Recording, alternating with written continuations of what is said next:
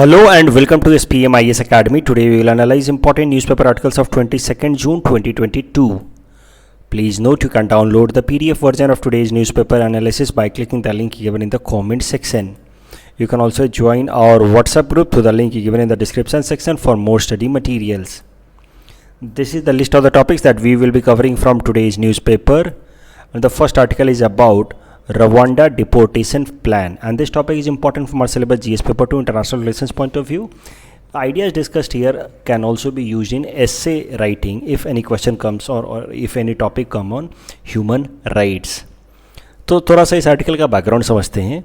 देखिए, ये यूके है और यूके और मेनलैंड यूरोप के बीच में इंग्लिश चैनल है और कई सारे रिफ्यूजीज़, क्योंकि मिडिल ईस्ट वेस्ट एशिया में कई सारे टर्बुलेंट एक्टिविटी चल रहे हैं, यमन में या फिर टर्की के साउथ ईस्टर्न पार्ट में, कुर्दिस्तान रीजन में, इराक में, सीरिया में, and that is why many illegal refugees they enter into Europe illegally and then sometimes they try to cross this English Channel and they try to get into UK. और यहाँ पे graph हमने दिया है, graph published by BBC, जिसमें आप देख सकते हैं year on year there has been rampant rise in the number of refugees who are trying to illegally enter into UK by crossing English Channel. तो smugglers and illegal refugees in England have been moving very frequently. In fact many smuggling groups have engaged into such activities. कई सारे tragedy भी हो गए इसी दौरान, जैसे 39 Vietnamese people were trying to enter into UK while getting into a refrigerated lorry, or they got completely frozen up in that process. तो इस तरह की ट्रेजिक एक्टिविटीज़ भी हुए हैं. आइडिया इज कि number of illegal refugees entering into UK is on the rise. अब सवाल ये उठता है कि सर फिर ये यूके इन रेफ्यूजीज़ को वापस क्यों नहीं भेजता, क्यों उनको रखता है? तो उसके पीछे कारण है कि UK is signatory to Vienna convention of 1951 and its protocol that was released in 1964. This Vienna Convention is on refugees. तो रिफ्यूजीज़ के अधिकारों की बात करता है Vienna convention, and Vienna convention का एक सबसे इम्पॉर्टेंट प्रिंसिपल है principle of non refoulement. Non refoulement simply means कि if a refugee comes to your country and he or she has entered your country because of some serious threat to their life or freedom they are facing in their source country, then those refugees should not be refoulement, means should not be returned. For example, ये country A है और country A से refugees country B में आ रहे हैं, और अगर country B इस वियना कन्वेंशन का सिग्नेटरी है और कंट्री ए में अगर ये सारे रिफ्यूजीज जो हैं लाइफ या उनकी फ्रीडम को थ्रेट है, then since country B is signatory to Vienna convention it can not refoule these refugees back to country A. India is not signatory to this Vienna Convention of 1951 on refugees, and that is why we are not legally bound to non refoulement. इसी कारण से हमारा citizenship amendment act में के हिसाब से जो लोग भी उस क्राइटेरिया को पूरा नहीं करते हैं जो सिटीजनशिप अमेंडमेंट एक्ट में दिया गया है कि पाकिस्तान अफ़गानिस्तान बांग्लादेश से आए हुए लोग 2014 से पहले and that too from non Islamic, अगर वो उस क्राइटेरिया को नहीं फॉलो करते हैं तो India can pick them up, weed them out and can deport back to their domestic country, at least in theory. अब वो बात अलग है, कुछ डोमेस्टिक उस कंट्री के साथ, उस सोर्स कंट्री के साथ भी हमें एक अंडरस्टैंडिंग डेवलप करनी होगी. फॉर एग्जांपल रोहिंग्यास को अगर वापस भेजना है तो म्यांमार सरकार के साथ एक अंडरस्टैंडिंग डेवलप करनी होगी. But point is that since India is not signatory to this Vienna Convention of 1951, India is not bound to this non-refoulement principle. सवाल ये भी है कि समझ लेते हैं कि आखिर इंडिया क्यों सिग्नेटरी नहीं है इस वियना कन्वेंशन का. Since India believes in human rights, then why India is not signatory for this refugee rights, since it is an extension of human rights only. तो देखिए कारण सरल है. साउथ एशिया का जो बॉर्डर है वो साउथ एशियन कंट्रीज़ जो हैं और उनके बॉर्डर जो हैं they are quite porous, At the same time, there are quite many conflicts also going on in South Asia regarding many communities कि to which country they actually belong. ऐसे हालात में अगर इंडिया इस तरह के किसी कन्वेंशन का सिग्नेटरी हो जाता है तो देयर इज़ अ पॉसिबिलिटी कि there will be huge influx of illegal refugees in our country. जैसे 1971 में हमने देखा many illegal refugees came from that time East Pakistan. So it will create infrastructural stress. It will cause a lot of economic burden for us since we won't be able to repatriate them back. It may lead to demographic shift also. एक particular community के लोग अगर हमारे देश में border regions में बढ़ जाएंगे तो उस एरिया का पूरा जो डेमोग्राफिक स्ट्रक्चर है, चाहे कल्चर, रिलीजन, लैंग्वेज, इन सब को लेकर के जो डेमोग्राफिक स्ट्रक्चर वो पूरी तरह से शिफ्ट हो जाएगा और जो वहाँ के इंडिजीनस लोकल लोग हैं हो सकता है वो माइनॉरिटीज़ में आ जाए, हो सकता है उनके कल्चर, लैंग्वेज, स्क्रिप्ट थ्रेट में आ जाए. So because of such things India is not signatory. Because of the such threats, India is not signatory to this Vienna Convention. Though India always maintain a humane approach for the illegal refugees, it never take a high-handed approach, yet it does not allow any formal foundation upon it for refugees by signing this Vienna Convention of 1951 and its protocol of 1967.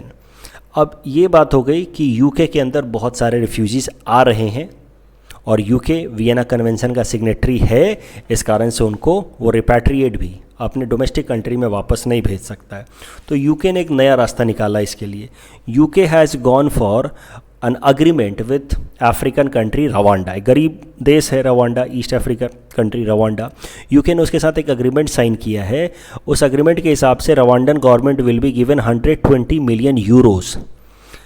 And in return of this 120 million euros, Rwandan government will allow deportation of illegal refugees from UK to Rwanda at least for 5 years. तो ये जो project है, ये plan है, कम से कम 5 साल के लिए है. 5 साल के लिए इन रिफ्यूजीज़ को रवांडा सरकार अपने देश, अपने टेरिटरी में रखेगी. यूके सरकार का मानना है कि चूँकि यूके अगर ऐसे लोगों को यूके से रवांडा भेजना शुरू करेगा तभी जाकर के इस तरह के इलीगल रिफ्यूजी जो हैं वो धीरे धीरे डिस्करेज होंगे from getting into UK in illegal manner. Otherwise हर आदमी चाहेगा कि जैसे तैसे भी यूके में घुस जाओ, फिर यूके में रहने का मौका मिल जाएगा. But now if they know कि if they will be deported back to Rwanda, तो this will discourage them from entering into UK by crossing English Channel. अब दिक्कत क्या है कि ये जो यूके रवांडा डील है इसको बहुत ज़्यादा क्रिटिसाइज़ किया जा रहा है. यूके की सरकार को क्रिटिसाइज़ किया जा रहा है. इनफैक्ट यूके के ही कुछ लोग हैं जो वहाँ के यूके के ह्यूमन राइट एक्टिविस्ट्स हैं, वो कह रहे हैं कि this particular plan is against human rights. They say no human being is illegal, so you can not deport anyone back to any other country, you should accept them. So लोग criticize कर रहे हैं, human right activist criticise कर रहे हैं कि UK government is evading it's moral responsibility by using its money power. उसके अलावा जो लोकल्स हैं रवांडा के, वो भी क्रिटिसाइज़ कर रहे हैं कि it will impact their demography, it will put excessive pressure on their own infrastructure which is anyway poor.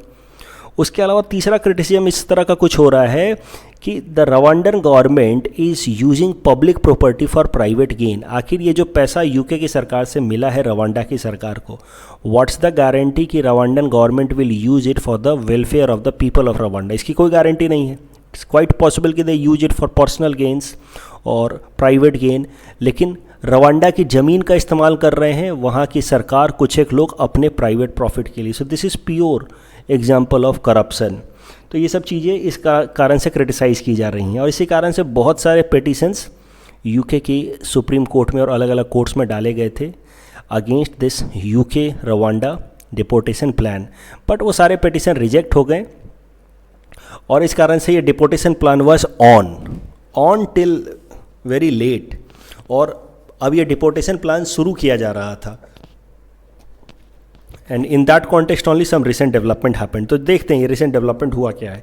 देखिए, a plane that was to carry 7 people to Rwanda as per this UK Rwanda plan, ये बिल्कुल take off करने ही वाला था. उस time में इस plane को रोक दिया गया.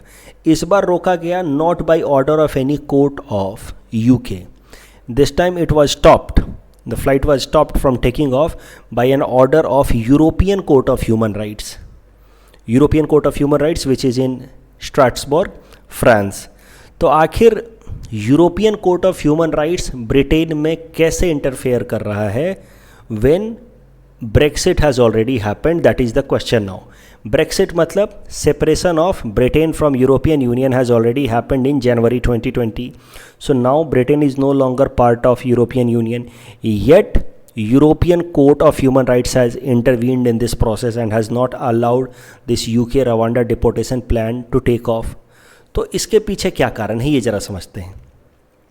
तो कारण इसके पीछे ये है कि यूरोपियन कोर्ट ने ब्रिटेन के अंदर इसलिए नहीं इंटरफेयर किया है कि Britain was part of European union, ऐसा नहीं है. Look, Britain till day is part of another group which is known as Council of Europe. Council of Europe is different from European Union. European Union से Britain जरूर बाहर निकल आया है, लेकिन Council of Europe का हिस्सा अभी भी ब्रिटेन है. और Council of Europe का ही एक इंस्टीट्यूशन है ये European court of Human rights. और चूंकि ब्रिटेन इसका हिस्सा है आज तक, और इसी कारण से European court of human right ने इस पूरे मामले में इंटरफेयर किया है और रवांडा में रिफ्यूजीज़ को डिपोर्ट होने से रोका है. देखिए अभी आप समझिए, there are 27 member states in European Union. European Union formally came into existence in 1957. There are 27 member states in European Union. Earlier there were 28, but after Brexit now there are only 27. European Union is different. On European Union platform, these European countries they frame some common economic and political policies. So it can be considered as a political and economic union. But Council of Europe is a different organization, or Council of Europe was created in 1949 right after World War II. Its main goal was to protect against violation of, or giving protection against violation of human rights. It has total 46 countries and Britain is still day part of council of Europe. और ये जो organisation है European court of Human rights, ये इसी council of Europe का ही institution है. और इसी कारण से इसी ज्यूरिडिक्शन को इस्तेमाल करते हुए काउंसिल ऑफ यूरोप के इस European court of human right ने इस पर्टिकुलर केस में इंटरवीन किया है, since Britain is part of this council of Europe. Now Britain is thinking even to of pulling out of this council of Europe as well. इस topic के basis पे ये prelims practice question हमने आपको दे रखा है. Please attempt this question and you can submit the answer in the comment section. The next article is about drug resistant typhoid and this topic is important from our syllabus GS paper 2 governance point of view, specially from health segment. तो what is drug resistance, पहले ये समझते हैं. Look, many a times many pathogens like bacteria, virus or fungus, they evolve themselves to such a level that they can withstand any antimicrobial drugs. तो जो भी anti bacterial या anti microbial drugs बनाए जाते हैं इन पैथोजेंस को मारने के लिए, अगर कोई पैथोजेन या group of pathogen in drugs के खिलाफ भी रेजिस्टेंट हो जाए, तो ऐसे हालात को हम लोग कहते हैं मल्टी ड्रग रेजिस्टेंट पैथोजेंस. और जो drug resistance getting developed among such pathogens, it is one of the top health concern in current times as per WHO. मतलब होता क्या है कि जब हम कोई एंटी बैक्टीरियल मेडिसिन का इस्तेमाल करते हैं against some group of bacteria, उनमें से कुछ बैक्टीरिया सर्वाइव कर जाते हैं. वो बैक्टीरिया जो हैं धीरे धीरे उस तरह के ड्रग्स के खिलाफ एक रेजिस्टेंस डेवलप कर लेते हैं, and over a period of time they multiply in their numbers. और बाद में वो फिर ड्रग्स उस तरह के बैक्टीरिया के खिलाफ काम नहीं कर पाता है. So now we are having only one option, either we develop a more efficient और more potent ड्रग्स, जिसको हम लोग सेकेंड जनरेशन या थर्ड जनरेशन या फिर सेकेंड लाइन या थर्ड लाइन ड्रग्स बोलें, जो इस तरह के ड्रग रेजिस्टेंट बैक्टीरिया को भी मार पाए. और अगर इसको हम लोग नहीं डेवलप कर पाते इस तरह के सेकेंड लाइन या third line drugs, then in that case such drug resistant bacterias और pathogens can turn out to be fatal also for us. Current issue क्या है? Current issue is with respect to typhoid. Typhoid is caused by salmonella typhi bacteria, और पूरे दुनिया भर में लगभग हर साल 1 करोड़ इस तरह के इन्फेक्शन होते हैं, लगभग 1 लाख लोगों की डेथ भी हो जाती है, यानी कि 1% के आसपास मॉर्टेलिटी रेट है. लेकिन साउथ एशिया में इसके सबसे ज़्यादा केसेस हैं, जिसमें हमारा देश इंडिया भी है. ऑफ कोर्स टाइफाइड के केसेस अपने आसपास में भी बहुत देखते होंगे. Typhoid generally is quite treatable, और उसको ट्रीट करने के लिए जो एंटीबायोटिक्स इस्तेमाल किया जाता है वो है एजिथ्रोमाइसिन. लेकिन प्रॉब्लम क्या है कि हाल फिलहाल में WHO के हिसाब से एजिथ्रोमाइसिन एंटीबायोटिक्स के खिलाफ भी ड्रग रेजिस्टेंट बैक्टीरियाज डेवलप हो रहे हैं, and these drug resistant bacterias have been mostly seen in countries like India, Bangladesh, Nepal, Pakistan, mostly from India, and this is a matter of concern, क्योंकि टाइफाइड अभी तक तो कोई फैटल डिजीज़ नहीं माना जाता था, ट्रीटेबल माना जाता था, लेकिन अब जो नए तरह का स्ट्रेन आ रहा है टाइफाइड का, जो ड्रग रेजिस्टेंट बैक्टीरियाज का स्ट्रेन आ रहा है, अगर ये स्ट्रेन ज़्यादा फैल गया तो इस केस में it will become fatal also, and in coming years typhoid may become more serious disease and in some cases even incurable. इस टॉपिक के बेसिस पे ये प्रीलिम्स प्रैक्टिस क्वेश्चन हमने आपको दे रखा है। Please attempt this question and you can submit the answer in the comment section. The next article is about twin deficit challenge and this topic is important from our syllabus GS paper 3 Indian economy point of view. देखिए, सबसे पहले balance of payment समझते हैं। I hope you all must be knowing this is a basic concept of economy कि balance of payment is the statement of all transactions made between two countries over a period of time, that may be between two country or two entities। तो balance of payment के normally दो part होते हैं, capital account and current account. Current account में trade in goods या services आता है, trade in services को कभी कभार इनविजिबल्स भी कहते हैं, transfers like remittances and all, foreign earnings they are part of current account. Capital account में फॉरेन इन्वेस्टमेंट्स या external commercial borrowing they come under capital account. Current account mostly includes trade in goods and services, जैसा कि यहाँ आपने देखा।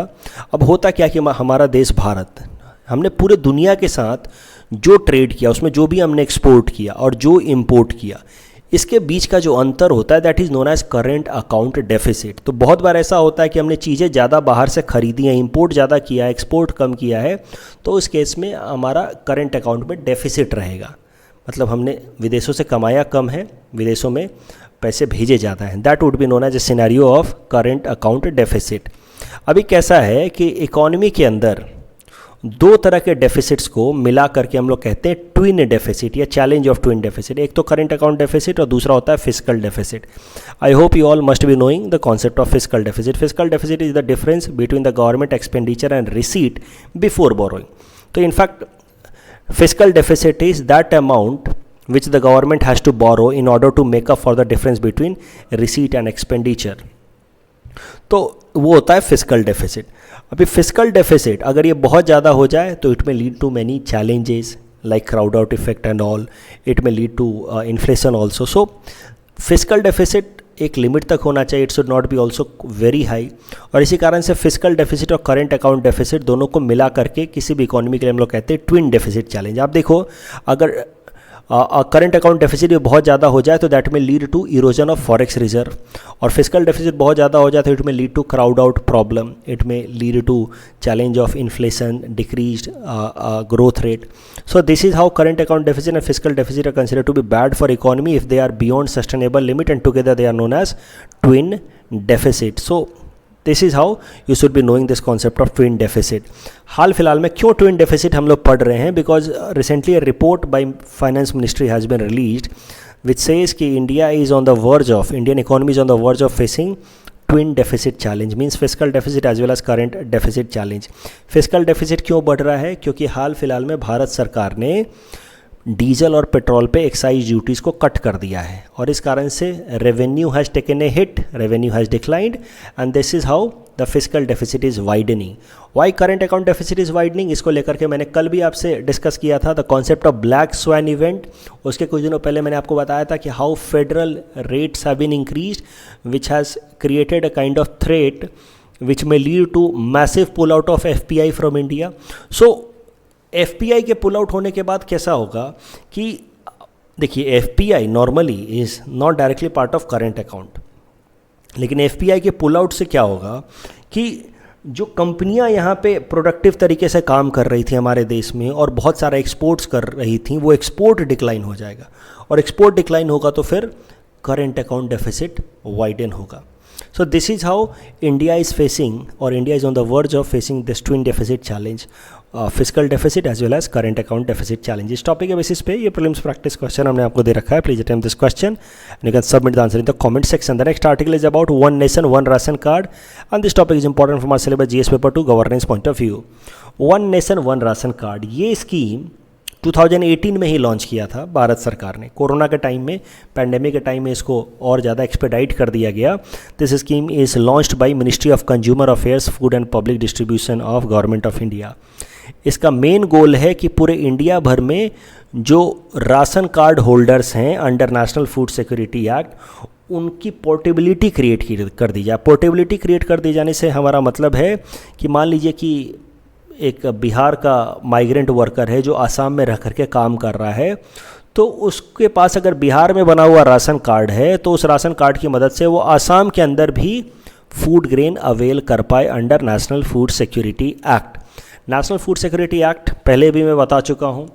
It was brought in 2013 with a goal of providing or covering 75% poor rural population and 50% poor urban population by providing them 5 kilograms of food grain per person per month at a highly subsidized rate. Subsidized rate will be rupees 3 per kg for rice, rupees 2 per kg for wheat and rupees 1 per kg for coarse grains. So this is one nation one ration card. फिर से देखिए, ये बिहार का मजदूर है और ये मान लीजिए महाराष्ट्र जाकर काम कर रहा है, तो पहले इसको नेशनल फूड सिक्योरिटी एक्ट का फ़ायदा नहीं मिलता था, लेकिन अब one nation one ration card में इसको यहाँ पे भी इसको फ़ायदा मिलेगा। तो इस स्कीम के अंतर्गत क्या किया जा रहा है कि पूरे इंडिया भर के अलग अलग जो स्टेट्स या यूनियन टेरिटरीज़ हैं उनके पब्लिक डिस्ट्रीब्यूशन सिस्टम्स को और उनका जो पब्लिक डिस्ट्रीब्यूशन सिस्टम उसको डिजिटलाइज किया जा रहा है और उनको आपस में लिंक किया जा रहा है। और जो बेनिफिशियरीज़ हैं उनका आधार कार्ड और राशन कार्ड एक साथ लिंक करके उनके आइडेंटिटी को डिजिटल तरीके से फीड किया जा रहा है, ताकि बेनिफिशियरी को इंडिया भर में कहीं से भी उसको इस स्कीम का फ़ायदा मिल पाए। अभी करंट न्यूज़ क्या है? करंट न्यूज़ ये है कि ये स्कीम तो 2018 में स्टार्ट हो गया था, पैंडेमिक के टाइम में इसको एक्सपेडाइट किया जा रहा था। अब करंट न्यूज़ ये है कि इंडिया के 36 स्टेट और यूनियन टेरिटरीज़ ने इस one nation one ration card के अंदर पूरी तरह से अपने प्लेटफॉर्म को डिजिटलाइज कर दिया और एक दूसरे के साथ इंटीग्रेट कर दिया। मतलब this scheme, one nation one ration card scheme, is now ready for full implementation. और जो आखिरी स्टेट था which digitalized itself and integrated itself with the pan India platform was our own state Assam. तो इसके साथ ही now all the ration card holders are eligible to avail food grain from any part of India if they are eligible beneficiary under National food security act. अभी national food security act के अंतर्गत कैसे कौन eligible है वो भी ज़रा देख लीजिए। देखिए, नेशनल फूड सिक्योरिटी एक्ट के अंतर्गत ये कहने को है कि अर्बन एरिया के बॉटम 50% और रूरल एरिया के बॉटम 75%। अब कैसे गिनोगे कि कौन है बॉटम 75% में और बॉटम 50% में?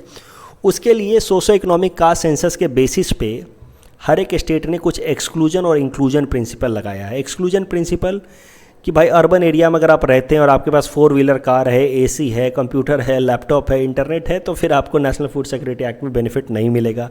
रूरल एरिया में अगर आप रहते हैं, 3 या उससे ज़्यादा कमरों का घर है, पक्का मकान है, ये सब है, तो you will be excluded from national food security act. तो कहने के लिए 50%, 75%, but the real implementation happens in this manner.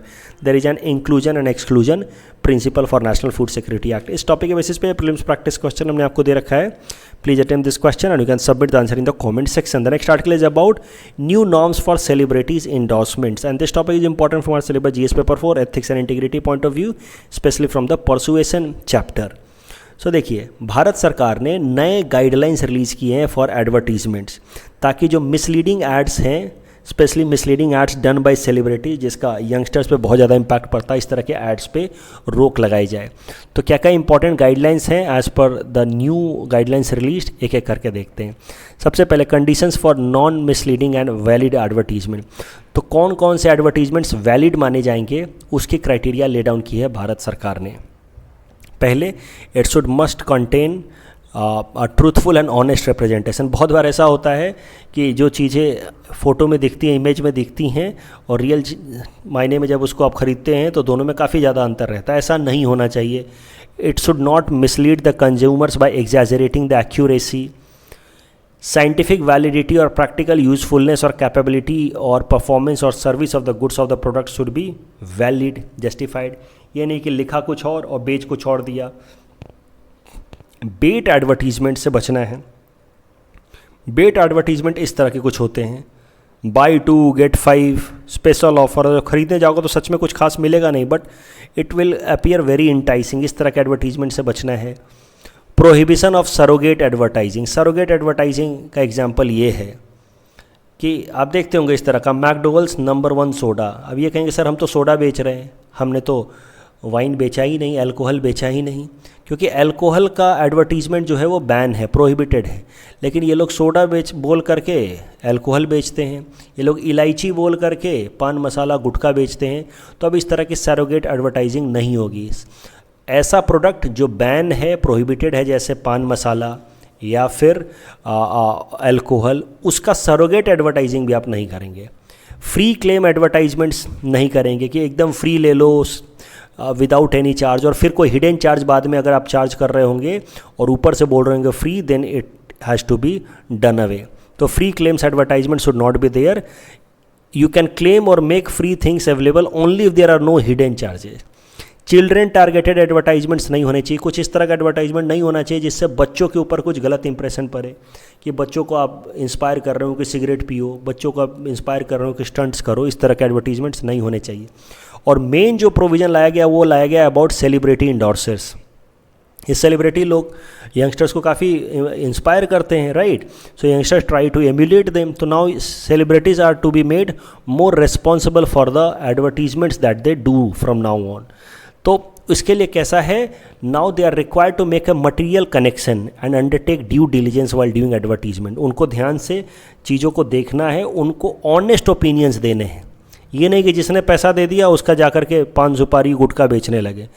Endorsements must reflect the honest opinion, belief और एक्सपीरियंस। तो you have to endorse only when you have some belief in that product and you should have some material connection with that product.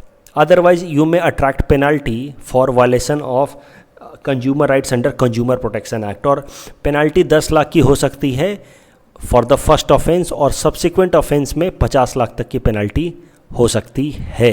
तो पान मसाला बेचोगे तो पान मसाला पहले खुद खाओ फिर बेचना। That is the meaning of this material connection. कल जो हमने आपको प्रैक्टिस क्वेश्चन दिया था उसका आंसर देख लेते। Blossom everywhere is related with Hong Kong and CPCB को लेकर के दोनों स्टेटमेंट सही हैं। That's all from our side for today. Thanks for watching.